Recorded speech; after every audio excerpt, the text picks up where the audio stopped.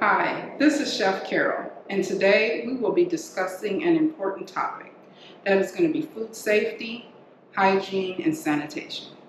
So if you're new to being in the kitchen, this is a great video for you, and if not, it just may be a great way for you to touch up on your skills to make sure we're all safe.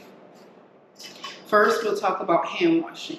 Anytime that you're going to work in the kitchen with food, you should check yourself and see how you're feeling first. Because maybe if you're not feeling well, it may be great to cook with a mask on. A mask can help with sneezing, coughing here and there. Maybe you're itching your nose a little more than usual, etc. So wearing a mask does not mean that you're contagious. It's just keeping your germs to yourself just in case. So start with checking to see how you really feel for the day. Then you want to go with hand washing. Hand washing is very key. Take at least 20 seconds to hand wash using warm water and plenty of soap. You can use the happy birthday song to help keep up with your timing.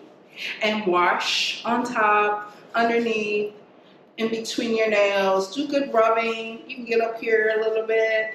You want to make sure your hands are not soiled and they're clean, okay? And you want to wash your hands, not just in the beginning, throughout your preparation, in between cooking, after maybe you scratched your hair, your nose, anything like that. You want to take the time to do that. You also have the option of washing your hands and still cooking with gloves. It is highly recommended, especially if you have nails. If you're cooking for others, nails can, longer fingernails, not little short stubs, but fingernails can hold plenty of germs, and so it is recommended, especially in a group setting, that you wash your hands, dry them, and then put gloves on when preparing for others. Just an extra tip for safety, okay? Then you want to also make sure your clothing is clean and you have on the proper attire.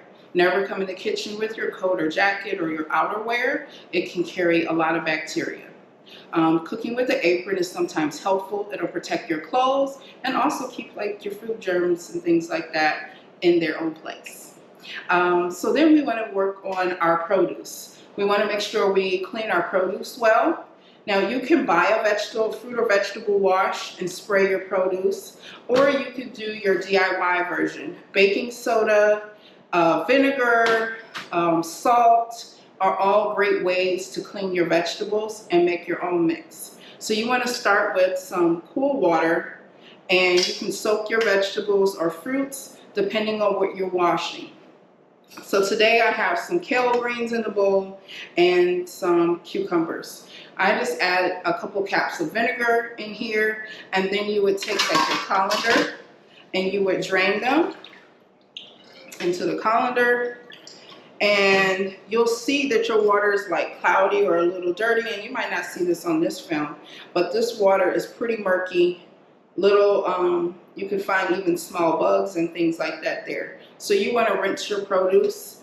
You would dump this out and take your produce to another rinse, sometimes up to 3 times. You want to make sure that the water is clean and clear when you're done.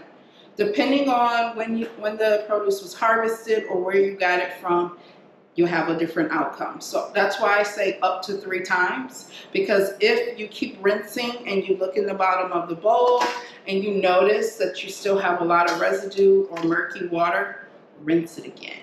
Okay, so you only need to use the salt and vinegar or baking soda or vegetable wash the first time.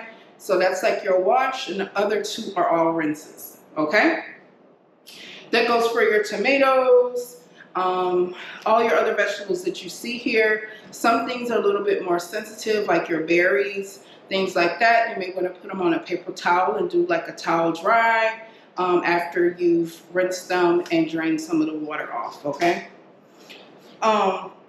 Another thing that you want to do is when you're preparing your produce is keeping certain things separated.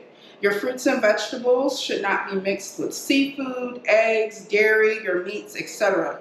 They shouldn't be on the cutting board together. They shouldn't be stored in the refrigerator side by side or on top of each other. And those things would cause cross-contamination. And it'll be very hard to find out where you got it from because you're not keeping those safety practices. I would love to say, if you have any other questions, just let us know. But these are your basics on working in the kitchen, especially when feeding others. This is Chef Carol signing off. Be well, eat well, and until next time.